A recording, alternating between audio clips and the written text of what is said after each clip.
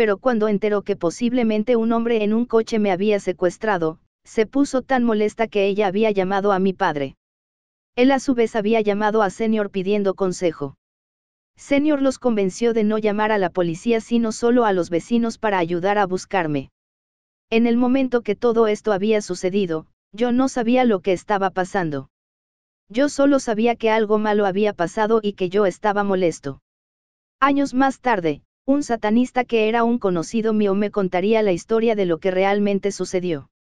El señor 666 aparentemente había sido abrumado con lujuria pedófila por mí un día cuando él estaba conduciendo por este pequeño parque del vecindario. Cuando él me vio allí, en un impulso, saltó de su coche y me agarró. Me llevó a su casa y me desnudó. Con intensa lujuria, empezó a abusar de mí. Ganaba dinero con la venta de películas y fotografías de sexo pedófilo a otros pederastas. Así que en algún momento en el abuso, decidió parar solo lo suficiente para alistar su cámara filmadora. Los otros niños que jugaban en el parque ese día no habían estado particularmente conscientes de mí. Pero con el tiempo se dieron cuenta de que me había ido y recordaron que un automóvil había escapado del parque rápidamente. Finalmente se preocuparon y le dijeron a su madre. Este evento tuvo lugar alrededor de 1962. Era común entonces para los padres dejar a los niños jugar en este parque sin supervisión. Los padres que dejaban jugar a sus hijos en el parque sin supervisión no eran considerados como irresponsables. El barrio era considerado seguro en esos días. Pero una vez que mi madre no pudo encontrarme en el parque, y nadie más sabía dónde estaba yo, cundió la alarma. Una vez que Senior se involucró, les dijo a mis padres que no. 9/108. Se preocupen, sino que más bien consigan a los vecinos para ayudar a buscarme. Mi padre llegó de la oficina y organizó la búsqueda. Mientras todo el barrio estaba buscándome, Senior llamó a Sotsi y preguntó qué demonios estaba pasando. Sotsi inmediatamente telefoneó al señor 666 y se enteró por él de lo que él había hecho. Ella le dijo que él había creado un alboroto y que mejor me deje ir. Así lo hizo. Sotsi entonces se dirigió a casa de mis padres para controlar el relato oficial. Los chicos mayores que me habían encontrado me habían traído a casa para cuando ella llegó allí. Al principio mis padres temían que yo había sido secuestrado. Yo estaba llorando histéricamente y no pudieron sacar nada de mí. Así que Sotsi los convenció de que debían dejarla hablar conmigo a solas. Ella me llevó a un lado y seguía diciendo, solo te perdiste por un tiempo, ¿no es cierto? Finalmente dejé de llorar y pregunté, ¿me perdí? Sotsi siguió insistiendo en que solo me había perdido y que nada estaba realmente mal. Habló con una voz suave. Me tranquilizó. Siguió diciendo la misma cosa una y otra vez. Finalmente empecé a repetir la historia que me contó. Después de un rato, Sotsi me llevó ante mis padres y me hizo decir, me perdí. Así que esa se convirtió en la historia oficial. Por supuesto, usted tiene que recordar que Sotsi había sido entrenada primero por los nazis. La base de la propaganda nazi era lo que llamaban la gran mentira. Si dices la misma mentira una y otra vez, no importa lo grande que sea, eventualmente será creída como la verdad. Mis padres se sintieron aliviados al creer que yo solo me había perdido y que nada peor había pasado. Sin embargo, la pacificación de mis padres era solo una parte del problema de Sotsi. Senior estaba furioso con el señor 666. No era que Senior estaba preocupado por el hecho de que yo había sido abusado. Él era un pedófilo también. Al parecer él tenía fantasías sobre mí también. Pero él estaba celoso de que el señor 666 había llegado a mí primero. Y él estaba enojado porque el señor 666 había creado un incidente que había alarmado a mi barrio entero. Esto rompió la regla sagrada luciferina de invisibilidad. El trabajo real de Senior para su compañía petrolera era el de un fijador de precios. La fijación de precios era el acto de las distintas empresas petroleras acordando fijar los precios en un nivel determinado para el propósito de obtener beneficios. En esos días la fijación de precios era considerada un delito grave. Era contra la ley para las compañías petroleras hacer acuerdos secretos de fijación de precios. Se suponía que iban a permitir que los precios del petróleo se fijen por la dinámica del libre mercado de la oferta y la demanda. Pero por supuesto las petroleras codiciosas de hecho arreglaban secretamente los precios. Pero debido a que tales acuerdos no eran legales, hacerlos cumplir era un problema. Y el trabajo de Senior era resolver ese problema. Las compañías petroleras podían sobornar a los políticos y la policía para que miren para otro lado, pero todavía tenían que controlar a sus propios dueños de gasolineras. Senior tenía ejecutores criminales violentos que trabajaban para él. Si alguien dejara de adherirse a un acuerdo secreto de fijación de precios, sus ejecutores utilizarían las amenazas y la violencia para poner a la gente necesaria de nuevo en línea. Esa noche, después de mi secuestro, Senior envió a sus ejecutores a la casa del señor 666. Él desapareció de mi vida después de eso. Solo sería años más tarde que yo conectaría los puntos y entendería todo esto.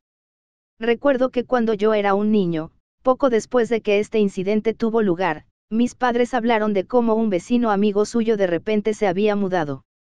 Los chismes del vecindario eran que él había estado en un accidente de algún tipo y había pasado tiempo en el hospital. Los vecinos se sentían tristes cuando un corto tiempo después repentinamente él se había mudado lejos. Aparentemente a todos les gustaba y pensaban que era un buen tipo. 10/108.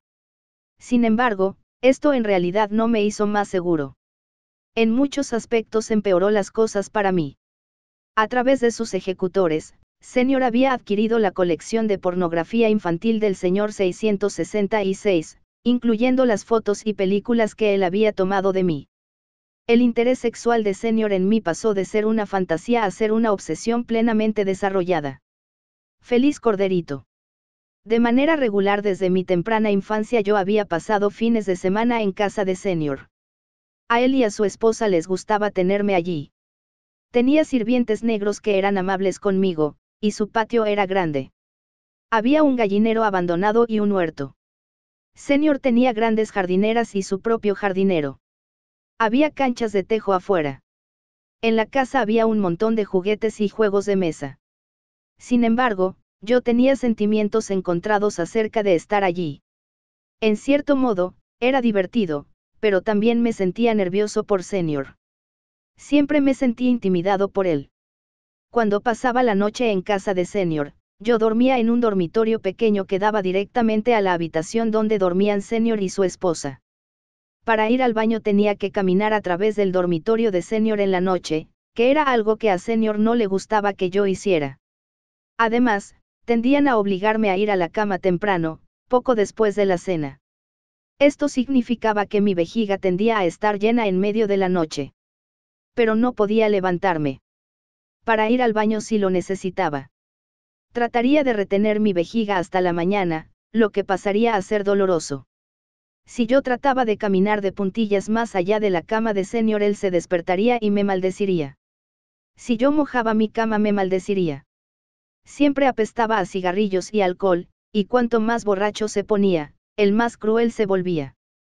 Pero no fue sino hasta después del incidente donde me secuestró el señor 666 que Senior comenzó a abusar de mí. Estoy seguro de que yo no era el único niño al que le había hecho esto. Ese dormitorio pequeño junto al suyo era utilizado a veces por otros niños, algunos de ellos estaban relacionados con él y otros no. Una noche cuando yo estaba allí, de repente él entró en la habitación, me levantó y me llevó a su cama. Me violó analmente, lo que fue abrumadoramente doloroso para mí.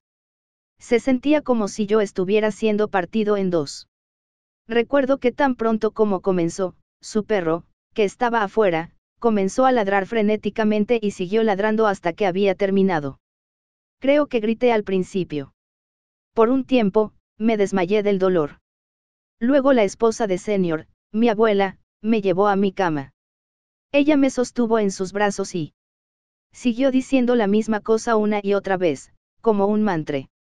En mi mente todavía puedo oír su dulce voz diciendo, nada de esto está sucediendo. Nada de esto es real. Solo tuviste una pesadilla. Cuando te despiertes por la mañana todo volverá a ser normal. Cuando llegué a casa de mis padres al día siguiente fui al baño y traté de defecar. Pero salió sangre con las heces. Cuando me levanté y me di vuelta para tirar de la palanca para tirar de la cadena, me quedé paralizado por el miedo. Cuando miré hacia abajo a la taza del inodoro y vi toda la sangre en él, grité. Mi madre entró en el cuarto de baño y vio toda la sangre en la taza del inodoro.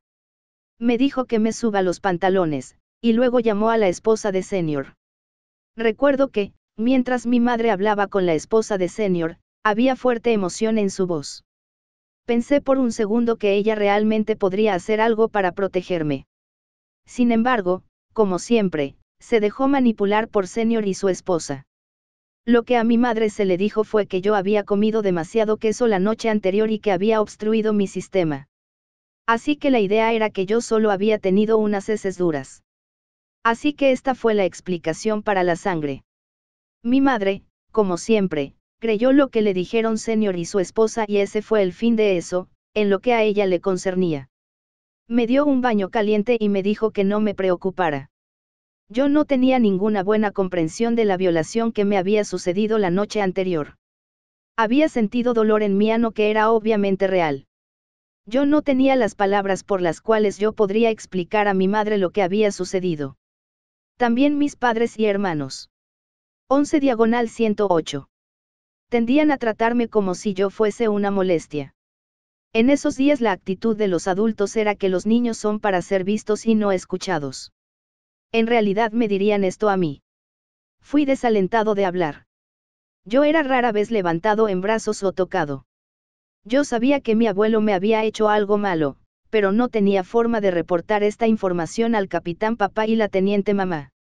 Pero el siguiente domingo, después de la iglesia, cuando mis padres querían llevarnos a los niños a visitar a Senior, me negué a ir. Cuando mis padres intentaron insistir, me puse a llorar y suplicar que no me lleven. Finalmente mis padres decidieron que podía quedarme en casa solo mientras ellos tomaron a los otros niños y fueron a visitar a Senior. Y debido a que yo estaba siendo desobediente, tendría que quedarme sin mi almuerzo. Me sentí aliviado de que no tenía que ir a casa de Senior, pero también me sentí aislado.